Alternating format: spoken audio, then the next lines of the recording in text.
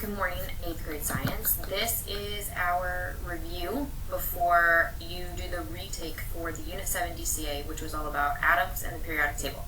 So first thing I have on here is slide 6 of your digital notebook. Hopefully you did this. This is just a reminder about where everything is inside of an atom.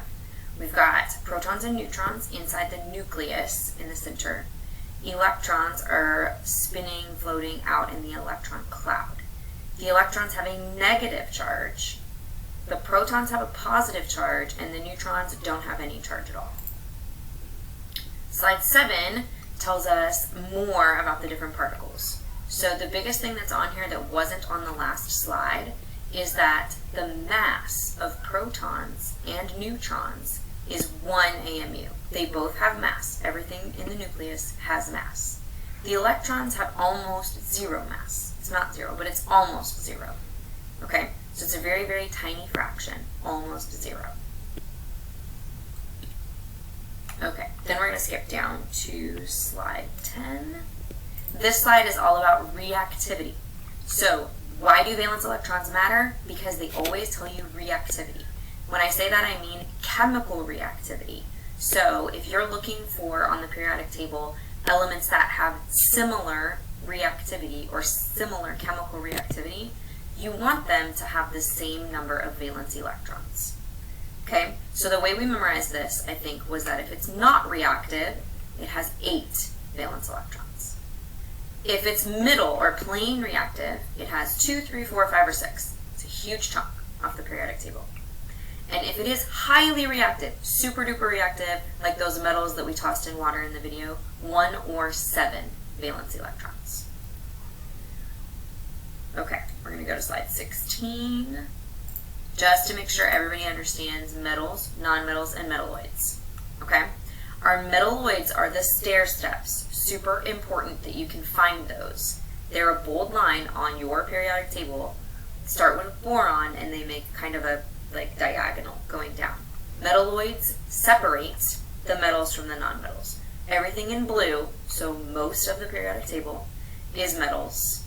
Everything to the right, or gold, on this picture, those are nonmetals. Okay, and remember group numbers are on top. Groups go up and down. Periods go side to side. The group is going to have similar chemical reactivity because the group all has the same number of valence electrons.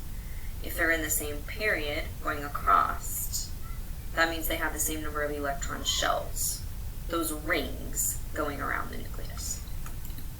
Okay, so now we are on the DCA. We're going to talk about some of the most missed questions. So number 1 is a student is studying the ways different elements are similar to one another. Diagrams of atoms from 4 different elements are shown below. So we have atom 1, 2, 3, and 4. Which 2 models represent atoms in the same group? So that means they need to be in the same column up and down on the periodic table. If you remember that elements in the same group should have the same number of valence electrons. Okay? And what's a valence electron? Like, which ones are they on these diagrams? Middle, outside. They're the outermost shell. Okay? So I'm going to count valence electrons for each atom, and then whatever ends up the same should be my answer. So here I've got 1, 2, 3, 4, 5, 6, 7. Here I got 1, 2, 3, 4, 5. Got 1, 2, 3, 4, 5. And I've got 1, 2, 3, 4, 5, 6, 7, 8. Okay, so for your answer, you need to choose the atoms that have the same number of valence electrons.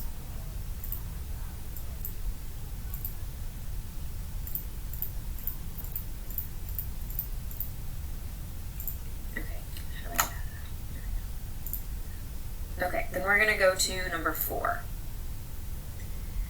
Number 4 says, elements that are in the A group of the above periodic table are almost always blank. Select all that apply. A lot of you that missed points here, you didn't select all that apply. You selected one, maybe two. Okay? So, section A. Are those metals, nonmetals, metalloids? What are those?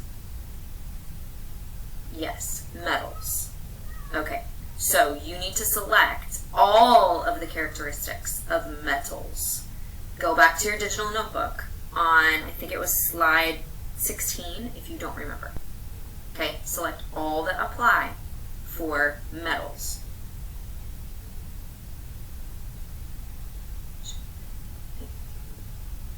Okay, here is your code. You need to know that the code, passcode, password, whatever, for your review tutorial is chemistry. It's going to ask you that before it lets you do the retake. Chemistry. Okay, now to number 5. It says the diagram below is a Bohr model of an atom of an element. Which statement correctly identifies this element and describes its chemical reactivity? Okay, so it straight up tells me that I have 10 protons and 11 neutrons. So, I need to use my periodic table. I'm going to hop over to mine on my digital notebook. Okay, so I've got it right here. 10 protons. So I'm going to look for number 10 on the periodic table. Number 10 is neon, Ne. So let's go back. Okay, so it's not sodium. It is neon, so it could be B. It's not sodium. It's either B or D, okay? But I need to look at the rest of the statements. B says that it is highly reactive. D says that it is not reactive. Okay, so that means I need to check my reactivity. How do I do that? We just did it.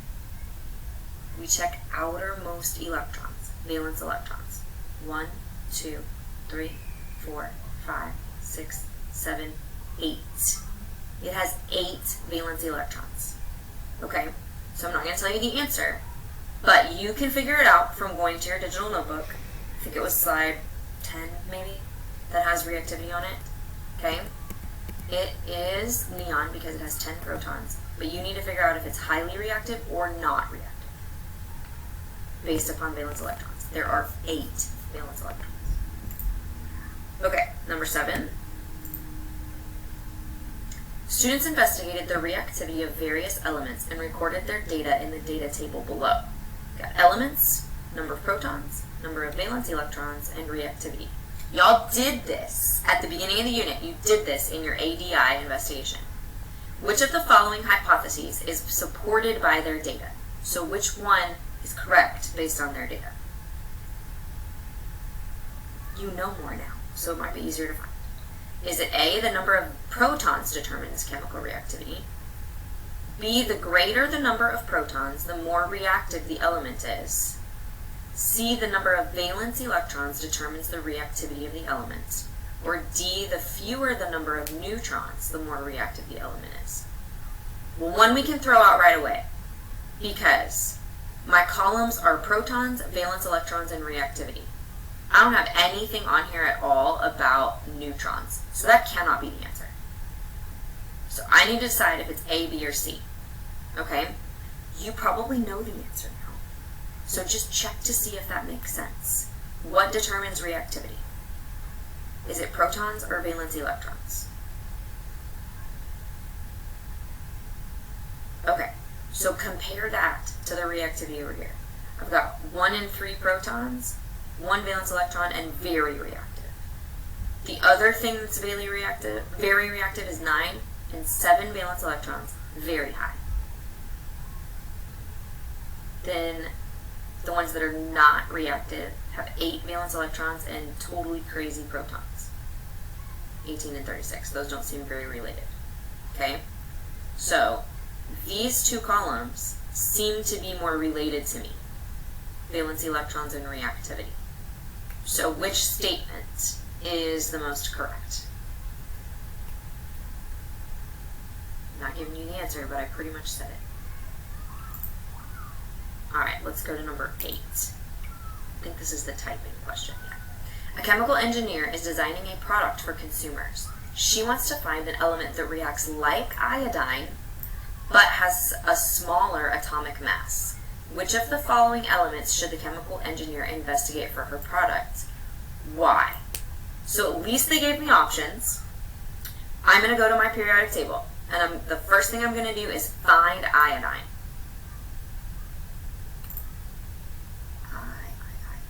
Right here. Iodine is right here. If it reacts like iodine, where do I need to be looking on my periodic table? Where does it have similar chemical reactivity? Is it in the group, or the period, or totally somewhere else? It's in the group. Okay? So I need something that is in this group, but has a smaller chemical reactivity, or smaller atomic mass, sorry. Which means you should be looking up, above, because mass increases as you go down the periodic table. Okay?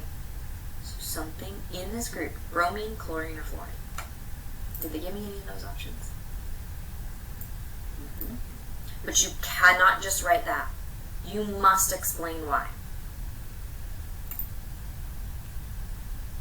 Okay? And then we're going to skip to number 12. How do the masses of the proton, neutron, and electron compare? So that was this slide of your digital notebook with mass right here. Okay? Protons have a much greater mass than neutrons and electrons. Protons and electrons have a much greater mass than neutrons. Protons and neutrons have a much greater mass than electrons. Or protons, neutrons, and electrons all have a mass of 1 AMU. Okay, well, it's not D, because they don't all have a mass of 1 AMU. You need to look on here, which one is different. The electrons are different. Is that smaller than 1 or bigger? Smaller. Okay, so electrons have smaller mass. Now go back and check your answer choices again. Alright, that's your thing. Remember what your password was so that you can actually do the retake. You need to know that word to put it in there. Okay? Good job.